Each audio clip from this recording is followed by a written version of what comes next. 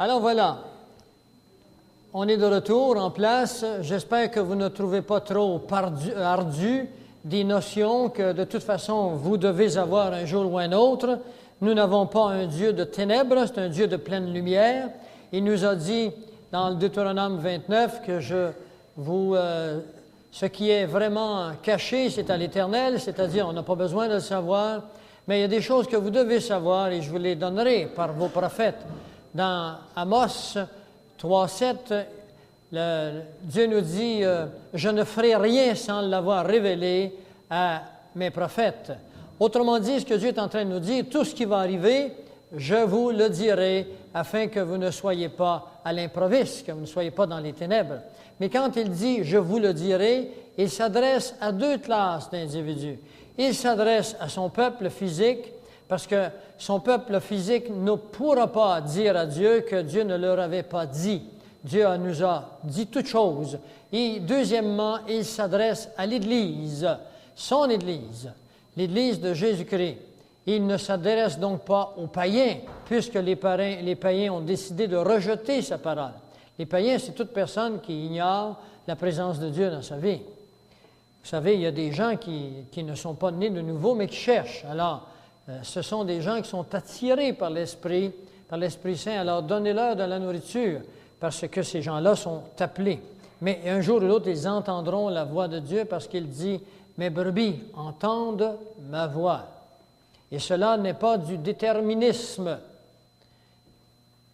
Alors, je voudrais maintenant vous dire qu'il y a sur la table en avant ici une bonne vingtaine de livres, je pense bien, plus que ça. Et ces livres-là, ce sont des documents que j'utilise. C'est une partie des livres que j'ai qui sont uniquement sur l'eschatologie, sur d'autres doctrines, les doctrines de la grâce, doctrines du salut. Il n'y a aucun livre là. Ici, c'est entièrement sur l'eschatologie, c'est-à-dire les événements à venir. Et vous allez voir toutes sortes de choses ici. Vous allez voir même les UFO, les soucoupes volantes, parce que la Bible nous parle des soucoupes volantes, et nous allons en parler un petit peu aujourd'hui. La Bible nous parle de la guerre atomique. Les cieux seront embrasés, les éléments seront embrasés. Et puis, finalement, je voudrais vous dire qu'un chrétien, ce n'est pas quelqu'un dans son coin qui s'ennuie. Un chrétien, c'est quelqu'un qui est plus conscient que la plupart des gens sur ce qui va venir, sur ce qu'il est, où il va, comment il doit le faire, quel est son comportement. Et puis, nous vous invitons à vous procurer les cassettes que nous avons faites. Si nous n'avons plus, donnez-nous vos noms, vous pourrez les avoir. Il y a une cassette qui s'appelle « La Bible, la foi et le salut ». Elle dure 1h30 et vous aurez tout sur, l'essentiel. Vous aurez tout sur l'essentiel. C'est quoi ça, la Bible? Comment puis-je me fier à ça, la Bible? Et ensuite, vous aurez sur la foi. C'est quoi la foi? Ce n'est peut-être pas ce que vous pensez, la foi. Parce que de nos jours, tout le monde dit qu'ils ont la foi. J'écoutais un artiste à la télévision à un moment donné qui disait « Ne fût-ce été de ma foi, je n'aurais jamais passé à travers les problèmes qu'elle avait. » Et puis elle contait qu'elle était allée visiter une personne qui l'avait tiré aux cartes 2 fois. Alors, le mot foi, ça ne veut plus rien dire. Le mot foi veut dire confiance. C'est un mot grec. Mais la foi chrétienne, elle, on ne la prend pas de n'importe où. Dans Romains 10, au verset 17, il est marqué ceci. Il est marqué « La foi vient de ce qu'on entend ». Voyez-vous, après-midi, là, je vous parle d'un certain nombre d'éléments de la fin des temps. Vous croirez davantage maintenant que vous avez entendu. Si vous entendez parler du nouvel âge, vous aurez foi au nouvel âge. C'est un principe de pédagogie. La foi vient de ce qu'on entend. Autrement dit, si tu n'as pas d'oreille, tu vas à l'école, tu ne comprends rien. C'est ça que ça veut dire. Ça prend au moins des oreilles. Ou encore, si vous êtes sourd, bien, ça prend au moins une capacité avec du braille pour pouvoir lire. Eh bien, la foi chrétienne, nous dit la parole, elle vient de la parole de Dieu. Alors ça, c'est dans Romains 10, le verset 17. La foi vient de ce qu'on entend et ce qu'on entend vient de la parole de Dieu. Alors, mettez votre foi uniquement, entièrement et totalement dans la parole de Dieu. Parce que Dieu nous dit bien que la parole de Dieu a été prouvée. N'ajoutez rien, n'enlevez rien. Je connais 5 versets par cœur qui le disent. Alors, faites attention à ce qu'on vous dit, allez vérifier. Autrement, vous êtes en dehors de la parole. Je vous le dis en tant qu'ami, je vous le dis en tant que citoyen, je vous le dis en tant que je ne sais pas moi, je veux partager avec vous la parole de Dieu. Ça fait des années que je suis dedans, moi, puis j'ai encore l'impression que je ne connais rien. Je voudrais partager avec vous maintenant 10 versets cet après-midi qui ont affaire avec l'eschatologie, c'est-à-dire avec la fin des temps. Des versets que vous soyez dans la parole de Dieu depuis 10 ans ou que vous arriviez aujourd'hui, la plupart des gens que j'ai connus qui sont dans la parole de Dieu ne connaissent pas la vraie signification de ces versets. Et je voudrais les placer devant vous, vous les expliquer. Et quand vous regarderez encore une fois la fameuse télévision, la radio, les journaux, vous pourrez voir maintenant ce que vous ne pouviez pas voir au préalable parce que vous n'aviez pas l'instrument pour voir. Celui qui a des problèmes avec ses yeux, c'est qu'il prend une lunette spéciale, il ne voit bien qu'avec ses lunettes. Et de la même façon, si vous ne connaissez pas la parole de Dieu, vous ne pouvez pas le voir. D'abord, je voudrais vous parler d'un livre que j'ai ici qui s'appelle « The New World Order », le nouvel ordre mondial, corruption au Canada. Ce livre a été écrit par le professeur Robert O'Driscoll et Elizabeth Elliott. Robert O'Driscoll a écrit 20 classiques des presses de l'Université d'Oxford, l'Université de Toronto, l'Université de Macmillan de Londres, Macmillan du Canada, Maclean Hunter. Enfin, je ne sais rien de vous dire tout ça. Cet homme est un professeur de littérature anglaise à l'Université de Toronto. Et puis, Robert O'Driscoll, vers les années 89, a découvert certaines associations au moment où il était en Angleterre, avec les gouvernements mondiaux, leur contrôle, puis il a dit « Hey, mais c'est-tu possible? » Alors, il s'est mis à faire de la recherche, comme j'en fais. Mais lui, ça l'a touché d'une façon telle qu'il s'est dit « Ça n'a pas de bon sens ce que je découvre là. » Alors, il a écrit à 15 universités, parce que c'est un homme qui donne des conférences dans beaucoup d'universités mondiales, anglaises, surtout parce qu'il parle anglais, j'imagine, ses livres sont en anglais. Les livres sont tous en anglais. Il n'y a rien en français, très peu de choses en français. Je suis allé en France l'année dernière, j'ai donné un petit cours sur l'eschatologie un après-midi, et puis les gens étaient là, comme s'ils n'avaient jamais entendu parler d'eschatologie. J'ai été renversé de voir l'ignorance qui existe sur l'eschatologie, même dans le monde évangélique chrétien. Je trouve que le Seigneur dit, quand vous verrez ces choses, levez la tête. Alors, il faut qu'on les regarde, ces choses, qu'on les voit. Et il dira à son peuple, il dit, vous êtes hypocrites. Il dit, vous savez, quand le soleil se couche, la couleur du soleil, qu'est-ce qu'il va faire comme température demain? Et vous ne voulez pas savoir quand est-ce que les choses vont arriver. Alors, je ne vous traite pas d'hypocrite, moi. Je vous dis simplement que le Seigneur vous invite à connaître les événements parce que nous sommes appelés à connaître la lumière totale. Nous sommes des enfants de la lumière si vous êtes croyants.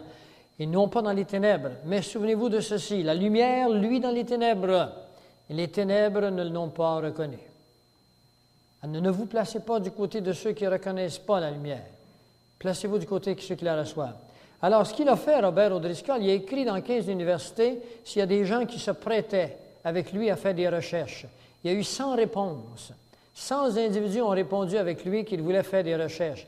Alors, il se mettra à faire des recherches, puis il publiera sur les journaux, par les presses de l'université, ses recherches, et arrivera chez lui devant sa porte des documents secrets, toutes sortes de choses, des automobiles qui passeront, qui rouvriront la vitre, puis qui tireront un sac dans sa cour. Puis finalement, il a composé 3 livres aussi épais que celui-ci. Celui-là, il est sorti au mois de janvier 1995. Apparemment, je suis le premier au Québec à l'avoir eu. Parce qu'il n'est pas dans les librairies, il se fait enlever immédiatement. Et ce livre dit exactement tout ce que je vous conte ici aujourd'hui. Il ne parle pas de la Bible autant que moi j'en parle parce qu'il y a trop de choses. Lui a pris l'aspect dans le monde. Et puis il a même introduit d'autres auteurs dedans qui sont versés dans les sujets du gouvernement mondial. C'est spécialement les gouvernements mondiaux, mais il me semble que cet homme me semble être un croyant parce qu'à tout moment, il place un verset biblique. Alors, il est difficile de placer un verset biblique et ne pas être un croyant en Dieu. Alors, je vous conseille d'acheter ce livre et je voulais vous en parler parce que je veux que vous sachiez que je ne parle pas à travers mon chapeau, je ne parle pas en fonction de ce que je pense. Parce que ce que je pense, moi, c'est mon opinion. Et ce que vous pensez, c'est votre opinion. Moi, je voudrais vous donner l'opinion de Dieu. Et tant qu'aux faits que je vais apporter face à vous, et ça, c'est des faits. Je n'ai rien à voir avec ça, moi. Et c'est pour ça que moi, en tant que personne, j'ai placé toute ma confiance dans la parole de Dieu, qui s'est jusqu'à date, en tous les cas, montrée fidèle, loyale, digne de confiance. Et puisqu'elle l'a été depuis 2000 ans, ne changera pas beaucoup pour encore quelques années, surtout devant l'arrivée des événements annoncés dans la parole de Dieu. Alors, nous allons aller dans un petit prophète. Il y a 12 petits prophètes dans l'Ancien Testament. Cet hiver, nous avons étudié avec un groupe tous les petits prophètes de l'Ancien Testament, verset par verset, et aucun d'entre eux ne parle pas de l'époque dans laquelle vous et moi venons d'entrer. Aucun d'entre eux n'en parle pas. Ils sont tous clairs et nets, l'époque de la fin des temps. Vous allez aller dans Amos, le prophète Amos dans l'Ancien Testament, le chapitre 5, le verset 19. Je vais en prendre 10 comme ça. Je vais vous donner des explications et en même temps, je vous montrerai tout ce qui est relié à ceci. Le prophète Amos, au chapitre 5, le verset 18, il nous dit quelque chose d'assez spécial. Il nous dit, ah oui, pour revenir avant à nos cassettes, là, et vous aurez cette cassette qui dure 1h30, la Bible, la foi et le salut. Et vous aurez tous les éléments nécessaires pour comprendre c'est quoi votre position face à la foi et c'est quoi votre position face au salut. Je vous pose la question, si vous êtes nouveau ici, si vous mourrez dans 5 minutes, êtes-vous certain que vous êtes sauvé? Moi, à mon bureau, je témoigne beaucoup aux gens, et puis il y en a qui me trouvent fatigant, mais moi, j'ai donné ma vie à Christ, je ne l'ai pas donné aux hommes. Et je leur demande, si vous mouriez dans 5 minutes, où est-ce que vous allez? La plupart des gens me disent, je ne sais pas. Ou encore, ils me disent, je pense que j'irai au ciel. Et je leur demande, si vous allez au ciel, sur quoi vous basez-vous pour dire que vous allez au ciel? Et la réponse est unique, toujours la même. Bien, j'ai fait une bonne vie. Et je vais vous montrer dans un instant que cette base qui a été ma base pendant des années de temps et qui a été ma source de culpabilité en même temps, cette base est impossible. Elle est non biblique. Elle ne répond absolument pas aux critères de Dieu. Je vais vous montrer ce qu'il faut faire pour être sauvé. C'est beaucoup plus facile que vous le pensez, puis c'est beaucoup plus dur que vous le pensez. Je suis embêtant, hein? Tantôt, je vais dénigrer ça pour vous. Je vais vous donner les explications. Alors, commençons à comprendre des choses. Alors, voici ce qu'Amos nous dit. Il est là. Il nous dit au verset 18, en haut, on parle du jour de l'Éternel. Quand on parle du jour de l'Éternel, vous ne l'avez pas là, je l'ai dans la Bible, là. Le jour de l'Éternel, c'est le jour qui commence immédiatement après l'enlèvement de l'Église. Je vous en parlerai tantôt, l'enlèvement de l'Église. Le jour de l'Éternel jusqu'à la fin du 3e millénium. Alors, il nous dit, « Malheur à ceux qui désirent le jour de l'Éternel. Qu'attendez-vous du jour de l'Éternel? Il sera ténèbres et non lumière. » Alors, du temps d'Amos, les gens réclamaient le jour de l'Éternel, et Amos, qui est prophète, qui reçoit de l'Esprit Saint son message, lui dit, « Hey, qu'est-ce que vous attendez du jour de l'Éternel? Il sera ténèbres et non lumière. » Alors, c'est le verset 19 qui est intéressant. Il leur dira, « Vous serez comme un homme qui fuit devant un lion. » Il parle au peuple juif, là. Il ne parle pas à vous, là. Il parle au peuple juif. « Vous serez comme un homme qui fuit devant un lion et que rencontre un ours, qui gagne sa demeure, appuie sa main sur la muraille et que mord un serpent. Que celui qui peut m'expliquer se lève. » Ça prend du contexte pour expliquer cela, mes amis. Il faut connaître entièrement Apocalypse 13. Sans Apocalypse 13, je ne pouvez pas expliquer ça. Alors, je vous l'explique. Le lion, c'est l'Angleterre, on l'a vu tantôt, qui créa la déclaration Balfour en 1917, mais qui fit tout pour interférer avec le retour des Juifs en Israël en 1948 et qui vendit la majorité des terres aux Arabes. L'Angleterre a été le lion qu'ont rencontré Israël, parce qu'il s'adresse toujours au peuple d'Israël. Et vous voyez dans le contexte que le jour de l'Éternel doit donc se situer quelque part dans les événements de la fin. Et ce lion n'existait pas du temps de Daniel, il existera plus tard. Là, c'est l'Angleterre qui viendra créer la déclaration Balfour, qui sera applicable le 14 mai 1948, où Israël retourne dans son pays et elle devient, dans un jour, elle devient une nation. Israël est distribué parmi les nations depuis 2000 ans. Ils sont partout sauf en Israël. Ce sont des Arabes qui sont en Israël, des musulmans. Et le 14 mai 1948, vous vous souvenez, Israël devient un pays et là les Juifs entrent. Ça leur a été donné légalement. Et le lendemain matin, le 15 mai, les Arabes autour attaquent Israël. Israël sortira de cette bataille par miracle avec des vieilles, des armes qui sont vieillies, ils ne sont pas entraînés, ils ne sont pas prêts, ils ne se connaissent pas entre eux, ils viennent de toutes les nations du monde. Il y en a qui sont noirs même.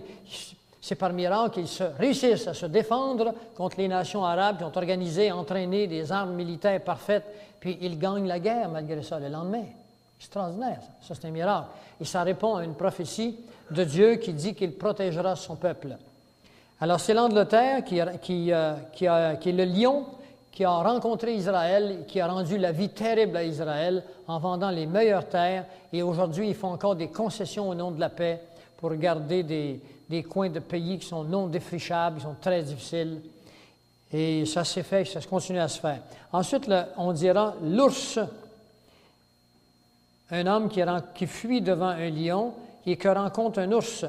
L'ours, ici, il s'agit de cette prophétie que vous trouverez dans Ézéchiel 38. Il s'agit de Gog. Il s'agit de la Russie, au pays de Magog. Ézéchiel 38 vous décrit mot par mot une bataille qui va arriver très prochainement entre la Russie et Israël. Il est prédit dans la parole de Dieu que la Russie va bientôt attaquer Israël pour détruire entièrement ce petit peuple sur le bord de la Méditerranée. Pourquoi est-ce que je vous dis cela? C'est parce que, d'abord, sachez que quand on lit dans l'eschatologie, souvent il y a des gaps, des intervalles. Alors, voyez-vous, là, le lion, il est rencontré en 1948. L'ours, il n'est pas encore venu. L'ours, c'est la Russie, il est là, mais bientôt l'ours va descendre vers la Méditerranée, probablement avec un homme qui s'appelle Vladimir Zhirinovsky. Dans un livre que j'ai ici en bas, alors dans ce livre, l'auteur qui s'appelle le Dr. Taylor, je pense, quel que soit l'auteur, là, c'est Scott Overbay, celui-là.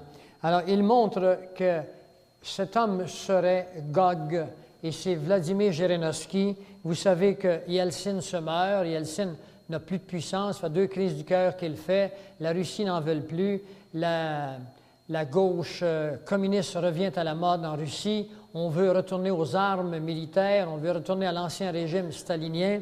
Et cet homme a promis que Adolf Hitler serait un dictateur miniature en comparaison de lui.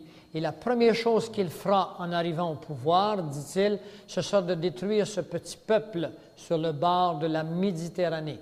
Pourquoi Hitler voulait-il absolument détruire les Juifs? Pourquoi la Russie veut détruire les Juifs? Pourquoi tout ce monde dans le passé veulent-ils détruire les Juifs? La réponse, elle est simple, c'est que le peuple de Dieu est un peuple protégé par Dieu, il est l'horloge de l'humanité. Satan le sait très bien. La Bible nous dit que Satan a plongé ses regards dans les Écritures et que Satan sait que s'il réussit à détruire complètement le petit peuple juif, il pourra de cette façon déjouer les plans de Dieu.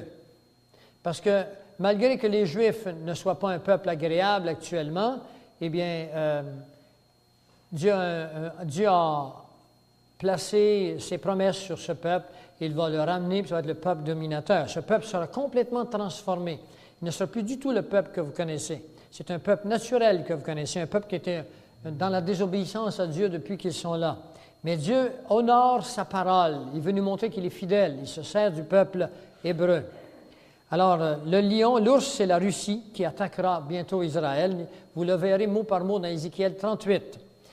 Et ensuite de ça, la muraille. Et ensuite, il dit qu'il gagne sa demeure, appuie sa main sur la muraille. Vous savez bien que la seule chose qui reste du temple de Salomon en Jérusalem, c'est la muraille, le mur des lamentations. Et c'est pour ça que Dieu le savait qu'un jour il serait détruit et qu'il a gardé ce terme, la muraille, et qu'il rencontre un serpent. Alors, il s'agit du peuple qui retourne à Jérusalem. Jérusalem est le centre. Et que mord un serpent.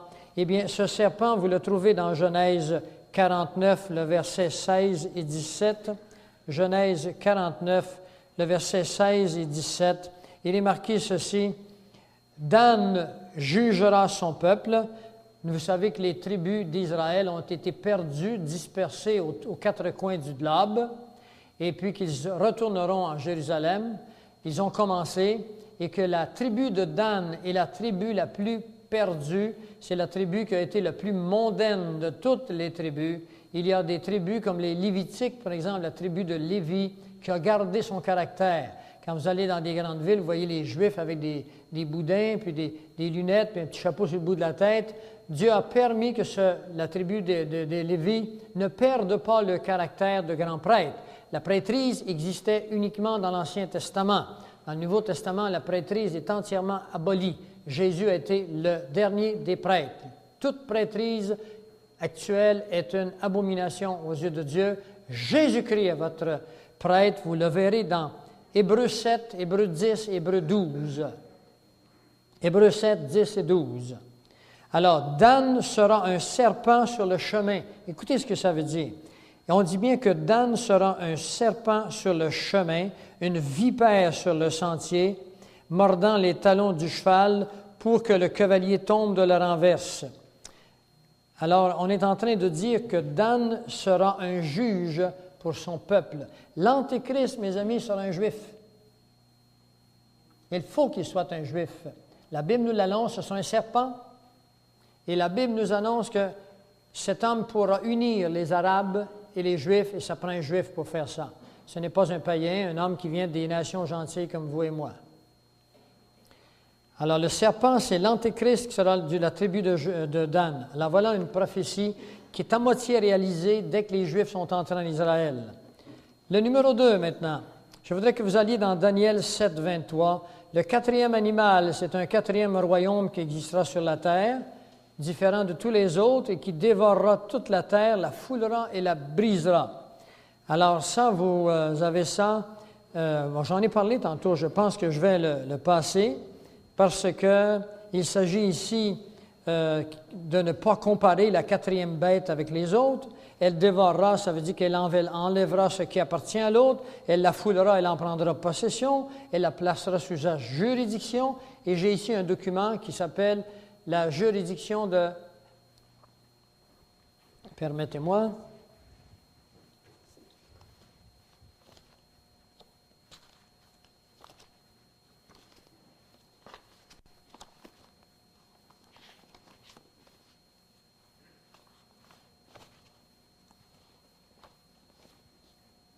C'est un document qui est épais comme ceux-ci et qui contient toute la juridiction pour la Fédération de la Terre.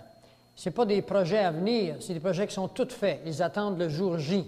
Un bon jour, très bientôt, vous verrez qu'il va y avoir un crash économique dans tout le monde occidental. Et à partir de ce crash économique, c'est là qu'ils installeront leur nouveau système. Et toute la juridiction est prête, et je l'ai chez moi, c'est des pages et des pages. Comment ils vont administrer les gens, ils vont séparer les familles, les enfants, ils vont les mettre ailleurs, les parents... Ils vont faire des séparations, comme ce fut quand le Babylone est entré à Jérusalem, qui ont séparé les Juifs, comme ce fut lorsque les Américains sont allés chercher les Africains et les mettre sur des bateaux pour faire des esclaves. C'est la même chose qui s'en vient ici. Mais vous n'avez pas à avoir peur. Je vais vous faire comprendre pourquoi dans un instant. Ensuite, brisera ou divisera. Je vous ai dit que la terre a été topographiée en 10 biorégions et en centaines de milliers de parties numérotées. Je pense que j'ai oublié quelque chose ce matin. Il y a un type dans la salle ici qui s'appelle André, là. André, tu m'entends? Tu te souviens quand tu m'as conté, pas André Gingras en arrière, André Bergeron, quand ton frère, qui s'appelle ton frère Yvan, un jour est apparu chez un monsieur ici qui demeure à Saint-Bruno, un type du gouvernement qui est allé voir son frère. Et puis, il avait une petite machine, puis il lui a demandé les numéros de sa compagnie, et ainsi de suite. Puis là, il s'est en allé dehors, puis Yvan s'est approché de lui, puis il rentrait les numéros de sa compagnie avec un petit appareil, avec une petite antenne. Et là, et on lui a demandé, qu'est-ce que vous faites? Il dit, je suis en train de rentrer le numéro de compagnie, ce que tu fais, ton emplacement sur satellite en haut. Bon, oui, c'est des satellites qui appartiennent aux Nations unies. En fait, Américains, Canadiens, vous pensez, à nos yeux, ça existe. Mais non, ça n'existe pas à nous, c'est à eux. Ils ont des milliards pour réaliser le plan et des milliards qui viennent de l'argent de la drogue. Et c'est pour ça que la drogue, elle ne finira jamais. Il faut qu'elle continue. C'est de l'argent blanchi par les Nations unies, par les organismes en place pour payer leurs dépenses. Maintenant, ce que je veux vous dire, c'est que mon gendre vit en France. Et il m'a conté qu'au mois d'avril, le gouvernement a passé, les avait appelés un mois au préalable, leur dit qu'ils passeraient tel jour, telle date. Ils sont passés et ils ont pris les bornes de son terrain, puis ils l'ont mis sur un petit ordinateur, puis ils l'ont envoyé sur satellite. Aux États-Unis, des milliers de personnes ont reçu des lettres, puis leur disant qu'ils ne demeureraient plus à partir de telle date sur la rue, par exemple, moi c'est Gilbert, mon nom, alors sur la rue Gilbert, parce que ce n'est pas pratique, la rue Gilbert. Mais la rue numéro 32, par exemple, au coin de la 4e avenue, rue 32, ça se rentre bien sur un ordinateur, c'est des chiffres. Mais des noms, la rue Saint-Pierre, la rue Saint-Paul, c'est difficile à rentrer. Et ça ne dit pas où est-ce que c'est. Alors qu'on divise les villes en parallèle, en longitude et latitude, et c'est facile à trouver. Alors, des milliers et des milliers de personnes aux États-Unis ont reçu des lettres qu'on a changé leur adresse. Ce sont des numéros maintenant. Pourquoi? Parce que tout est sur satellite et ils pourront faire ce qu'ils voudront avec ces satellites. Je vais vous apprendre quelque chose de très nouveau pour vous. Il existe dans un de ces satellites, ou dans plusieurs de ces satellites, de la technologie qu'on appelle de la guerre des étoiles. Et ils peuvent, dans quelques secondes, en programmant l'ordinateur, quand le satellite passe au-dessus de votre maison, ils peuvent envoyer un rayon laser et détruire votre maison dans 5 secondes. Cette technologie vient de nos taxes. Et c'est fait, c'est réalisé, c'est tout essayé. On a des documents là-dessus, on a des vidéocassettes là-dessus. Il y a des gens aux États-Unis qui se sont fait détruire leur maison et par d'autres choses également que je vous parlerai tantôt. Et ça, c'est la prophétie le dit. Il fera descendre le feu du ciel sur la terre. Ça, c'est dans Apocalypse. Il fera descendre le feu du ciel, Apocalypse, on verra plus tard. C'est parce que c'est difficile de rester restreint, tout est en interaction. Maintenant, le troisième, vous allez aller dans 2 Thessaloniciens, au chapitre 2, les versets 7 à 12. 2 Thessaloniciens, chapitre 7 à 12. Alors je le lis. « Car le mystère de l'iniquité agit déjà, il faut seulement que celui qui le retient ait encore disparu. » Et le mystère, qu'est-ce qui le retient? Bien, nous sommes sous la grâce, c'est l'Esprit Saint, c'est la présence de l'Église dans le monde. Le Seigneur nous a dit que nous sommes le sel de la terre. Et quand le sel ne salera plus, ce sera la fin. L'iniquité, ça veut dire le mal dans le monde, atteindra son plus haute sphère de propagation le jour où des chrétiens comme moi et comme vous ne contesteront plus contre l'iniquité qui s'établit dans le monde. Vous savez que dans nos écoles dites chrétiennes, ici, on enseigne l'évolution.